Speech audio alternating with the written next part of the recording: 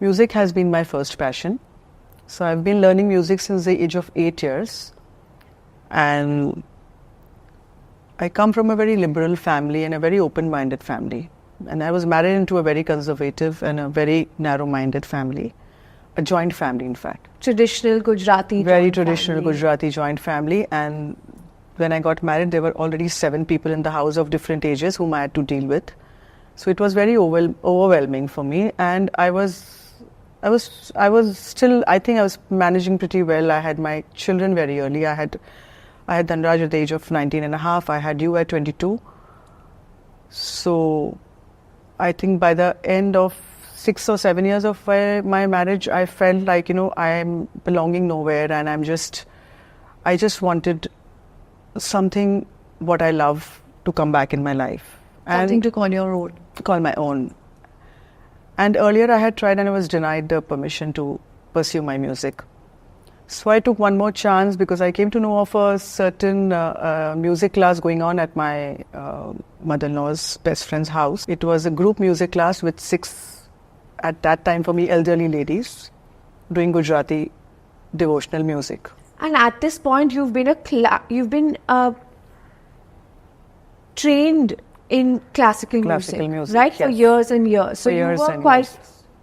So I was trained in music, but 10 years of my life there was no music in my life. Suddenly at 18 there was no music.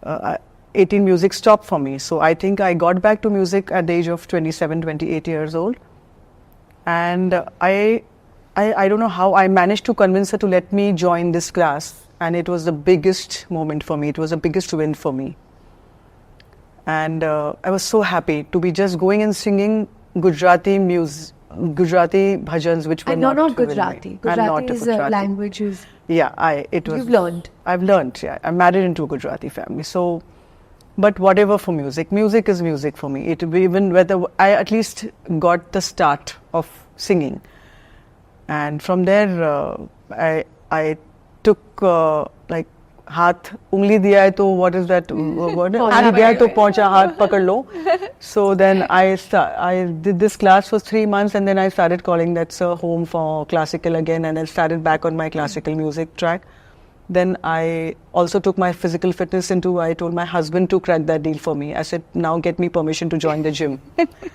So it's unbelievable that imagine in this day and age when we're having this conversation, when you think back and you think that you'd have to fight a fight to join a gym. I had to, I couldn't fight my own battles for the first 10 years. When I think of that I did not have a voice. I could not ask for permissions. It was like I would think 10 times of how to ask for something. So that was the time then. And so my husband was very supportive, and Papa really took all the permissions for me, whatever I needed to do out of line, which was for the family back then, it was out of line. So I think I broke a pattern here, and Papa got me the permission to join the gym. And it was like, for me now, if I talk to you, it's so small and so silly that joining a gym or joining a music class was such a big thing for me. It was such a big win, and they are my anchors still. That is what I like. That makes me complete.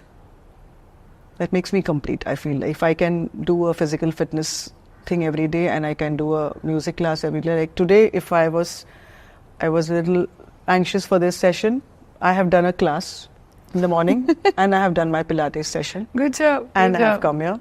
That makes me just feel more confident. More confident. It makes me feel myself. Yeah.